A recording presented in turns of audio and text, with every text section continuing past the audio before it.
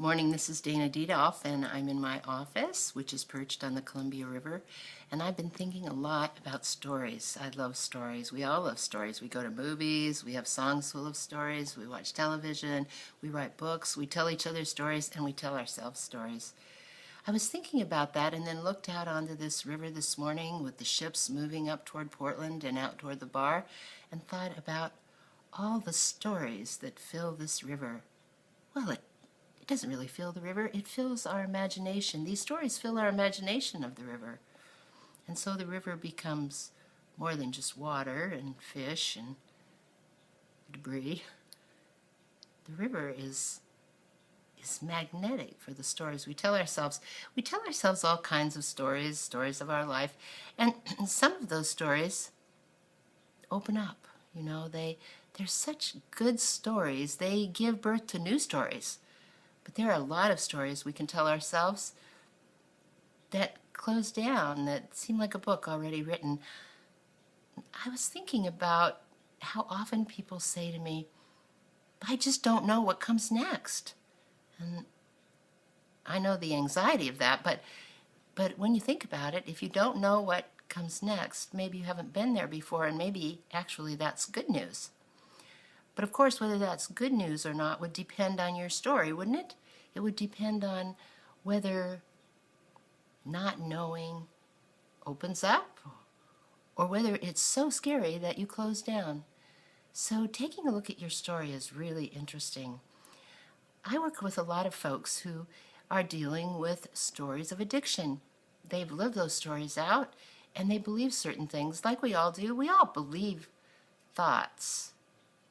Lots of us believe every single thought we have, and given the fact that most of our thoughts are contradictory and go both directions, that can leave one in quite a state, not knowing how to move at all in any story. So it occurs to me that rather than just pour your life into a form of belief that you assume might be true, or not even might, has to be true, like, well, where you are in the family, like I'm the one who's never done well. I'm the one who has to do everything, you know? Or, oh, I don't want to do anything, or I'll do it tomorrow, or whatever. But there are lots of forms of beliefs, and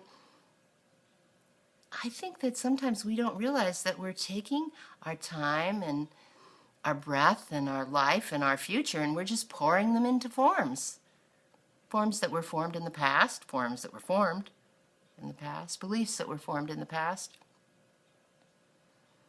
And then we find that we have reproduced the past. In fact, we're living in the past and we're just going around the same circle. Like, I'm going to quit drinking. I'm not going to drink anymore. Oh my gosh, I can't stand that. What do I need? I need a drink. Or it's not just alcoholics who do this. We do it in all sorts of ways. We get trapped in old stories. It is so useful to take a look at your story and think about whether you really want to relive it. Of course, there are some movies that are great to go to more than once. But there are a lot of them that aren't, and there are probably, I don't know whether you can just keep reliving a story, no matter how good it is, and enjoy it. There's something about life that makes new stories quite wonderful, or at least interesting.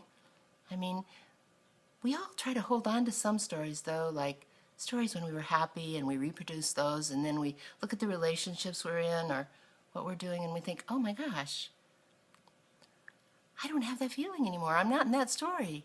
And then we try to get back there. Well, we're producing another story, actually, but it's not as much fun as the other one. Maybe there's something really good about not knowing what comes next. But then you'd have to, like, take a different position toward anxiety, right? Maybe anxiety is indicative of the creative edge, or maybe it's indicative that you think you have to find the answer that you lost in the last story by headed back into it. I wonder if it's such a bad thing not to know what comes next. You know, addiction freezes time, you know. It freezes time by just reproducing what happened the last time. In your family, in the culture, but we're all embedded in stories. Why not look at them? You're not just the story, you know? Have a good one.